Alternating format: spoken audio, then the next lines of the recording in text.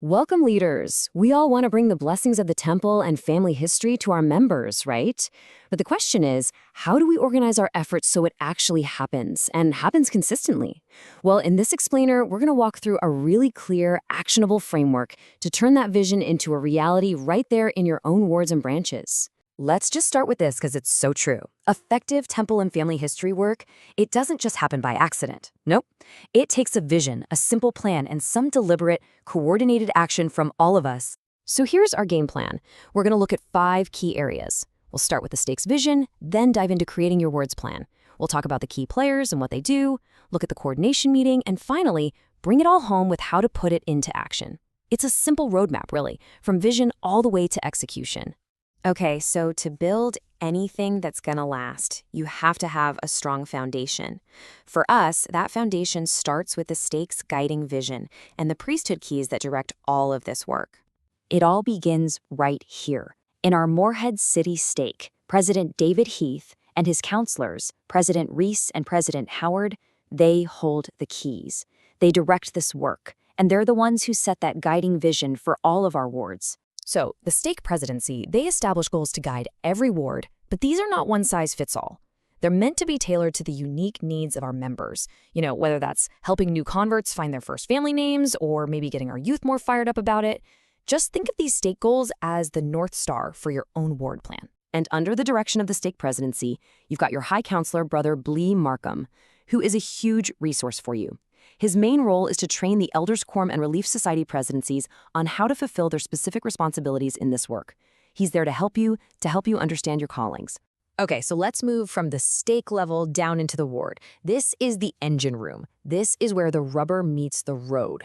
So, every ward needs its own temple and family history plan. But listen, the key here isn't to create some big, complex binder of information that no one ever looks at. The guiding principles are simplicity and focus. You want to keep it centered on the home and tailor it to the real-world needs of your specific members. And here's what I think is the most important part of this whole thing. This is not one person's job. The entire ward council creates the plan together. Think about that. When everyone has a voice in creating it, everyone is invested in its success. It becomes our plan, not just another assignment on a checklist. Now, for a plan that's created by a council to actually work, everyone on that council needs to understand their specific role. So let's take a look at who does what on your team. Just like the stake president holds the keys for the stake, your bishop, like Bishop Lewis in the Morehead City Ward, he holds the keys at the ward level. He oversees everything and gives that final approval to the plan his council creates. Okay, now pay really close attention to this relationship, because this is the engine of the whole plan. The Elders Quorum and Relief Society presidencies, they hold the primary responsibility. Now, why is that? It's because this puts the work directly inside the ministering structure of the ward. See? It's not some separate program off to the side. So in the Morehead City Ward, that means Sister Hamilton's and Brother Killinger's presidencies are leading this effort. The ward temple and family history leader, Brother Compton, he doesn't direct them. He is their helper and their coordinator, and he supports them by assignment. Elder Renlund has clarified this role perfectly. The leader's job is to serve the presidencies, to coordinate the consultants, and to help the ward council's plans succeed. It's all about helping and coordinating, not directing the work of those who hold that primary responsibility. And finally, we have the consultants. These are your hands-on helpers. These are the folks, like Brother and Sister Baird in Morehead City, who are going to sit down one-on-one with families at their kitchen table. They take the goals from the ward plan and help turn them into personal discoveries and ultimately temple experiences. So with the team in place and the roles all understood, how do you make sure everyone is actually moving in the same direction? Well, you do that through the coordination meeting. Think of this as your monthly action huddle. It's brief, it's focused. You start by talking about how to implement the plan, which naturally leads to talking about specific members and their needs. You coordinate your efforts, provide any quick training that's needed, and then you report back on progress at the next meeting. It's a simple cycle that just keeps the work moving forward. Here's a great example from the Harkers Island Ward. Just notice who's in the room. You've got the leader, Brother Paler, and the consultants, of course, but you also have assigned reps from the Relief Society and Elders Quorum, making sure their efforts are aligned. And crucially, you've got youth representatives bringing their awesome energy and tech skills to the table.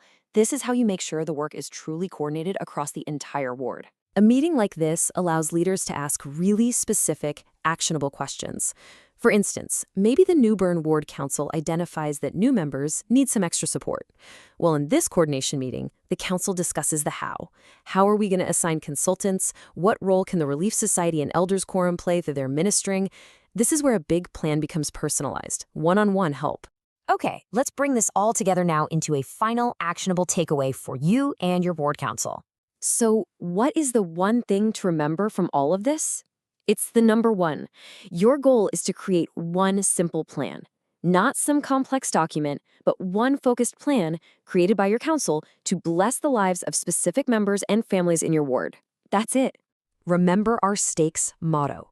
And this isn't just a nice sentiment, right? With this inspired organization, a clear plan, and the Lord's help, we absolutely can succeed in this wonderful work. We really can.